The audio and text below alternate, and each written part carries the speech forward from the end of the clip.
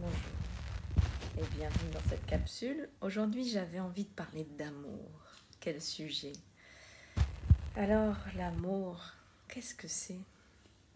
Difficile à définir, difficile à expliquer quand on le ressent. Et je crois qu'il y a différents styles d'amour, mais la base reste la même. Et peut-être trop souvent, on associe l'amour à l'amour amoureux, mais il en existe tellement d'autres.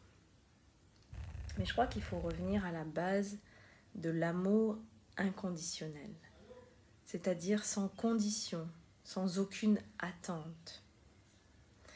Donner tout simplement. Voilà. Et ça ne se décide pas, ça émane de nous. Voilà. Et je crois que pour que l'amour puisse émaner de nous, eh bien, il faut d'abord que l'amour rentre à l'intérieur de nous. Et c'est pour ça qu'il faut apprendre à s'aimer pleinement, totalement, pour pouvoir aimer l'autre tel qu'il est, sans le juger. Il faut d'abord que ça passe par nous.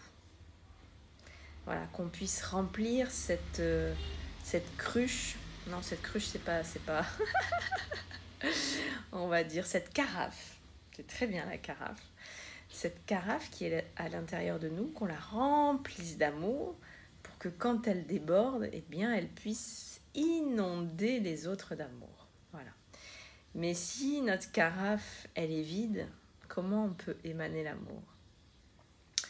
Voilà, donc c'est la réflexion du jour.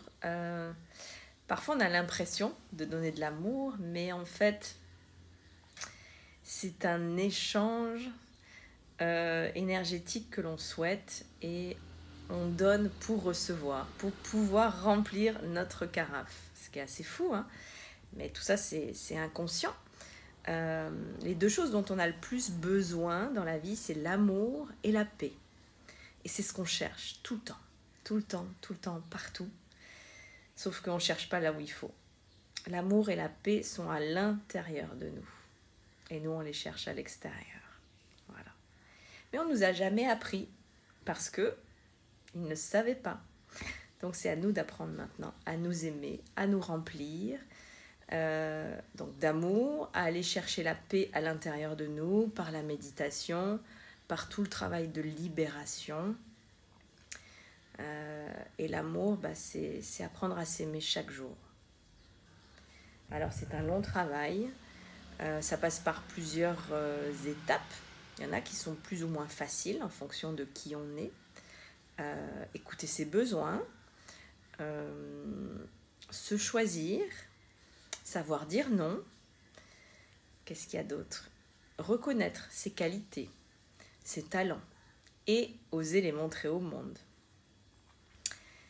Aimer aussi ses ombres, ses imperfections et en faire des forces. Et ne pas vouloir les cacher à tout prix, mais au contraire, reconnaître qu'elles sont là pour l'instant et qu'on va les transformer. Mais plus on veut les cacher et plus on les subit et plus ces imperfections nous dérangent chez les autres et donc c'est un cercle vicieux. Donc apprendre à reconnaître ces ombres, voilà, et de pouvoir les aimer elles aussi parce qu'elles ont leur raison d'être et les transformer en lumière. Voilà. Un exemple, la colère, parce qu'on a du mal avec la colère quand même en Occident, on va dire. Donc on essaye toujours de la cacher. Sauf que cette colère, elle se transforme en frustration et on se fait du mal à nous-mêmes. Alors que si on l'accepte dès le départ, cette colère, qu'on va la voir, qu'on la laisse sortir, au début, elle n'est pas violente, cette colère.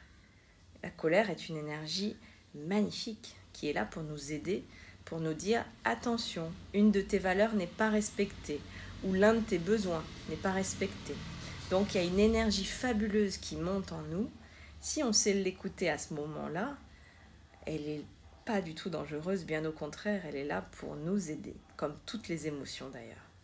Donc on l'écoute à ce moment-là, quand cette énergie monte, et on se dit, voilà, quel est mon besoin? là, tout de suite, maintenant, qui n'est pas respectée, ou ma valeur.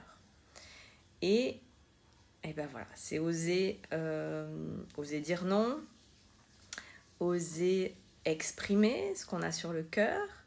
Ce peut être directement à la personne, ce peut être aussi en l'écrivant.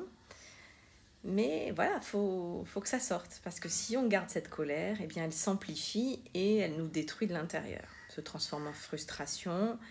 Et à la moindre petite chose, bah, c'est toute notre colère enfouie qui se réveille. Voilà. Donc, allez voir nos ombres et les mettre en lumière et les faire sortir. Voilà, les libérer tout simplement. L'amour. Alors l'amour de soi, on a vu, hein, tout ce qu'il y avait à faire, c'est un processus sur, j'allais dire plusieurs années, mais peut-être même plusieurs vies. Hein. Donc un pas à la fois, on avance. Plus on sent qu'on s'écoute, qu'on prend soin de nous, que ça y est, on ose s'affirmer, on ose dire non, on se choisit. Eh bien, il y a un grand, grand pas de fait. Voilà. Oser être soi, libre d'être soi-même. Ça, c'est une belle preuve d'amour. Et puis, cet amour, après, il va rayonner auprès des autres. Sans aucune attente. Amour inconditionnel. On donne sans rien attendre en retour. Et ça nous remplit 10 000 fois plus. C'est pas de la dépendance affective, c'est de l'amour inconditionnel. Et on aime l'autre pour tout ce qu'il est. Le mieux, voilà, c'est de ne pas le juger. Si on a appris à s'aimer et à ne pas se juger et à aimer tout de nous, on va réussir avec l'autre aussi. Parce que l'autre aussi, il a ses blessures, il a sa propre vie. On n'a pas vécu sa vie, on ne peut pas savoir ce qui se passe à l'intérieur de lui. Donc essayons le plus possible de ne pas le juger, d'avoir cette parole impeccable, hein, des fameux 4 accords Toltec, de ne rien prendre de manière personnelle, que chacun fait de son mieux. Hein. Voilà, c'est vers ça qu'il faut tendre. Et puis le dernier amour, on pourrait presque le nommer foi. L'amour en la vie, l'amour en quelque chose de plus grand, quelque chose qui nous régit tous et toutes. Hein, on est tous unis dans ce qu'on ne nomme pas. D'ailleurs, il y en a qui disent le sans nom parce que on ne sait pas comment le nommer. Donc chacun a sa vision des choses, a le nom qu'il veut lui donner, l'univers, la vie, la nature, Dieu, quelque chose de plus grand, peu importe.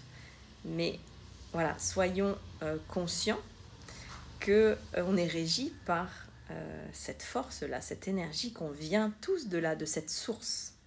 Le mot source est bien, je trouve, parce qu'il peut aller à tout.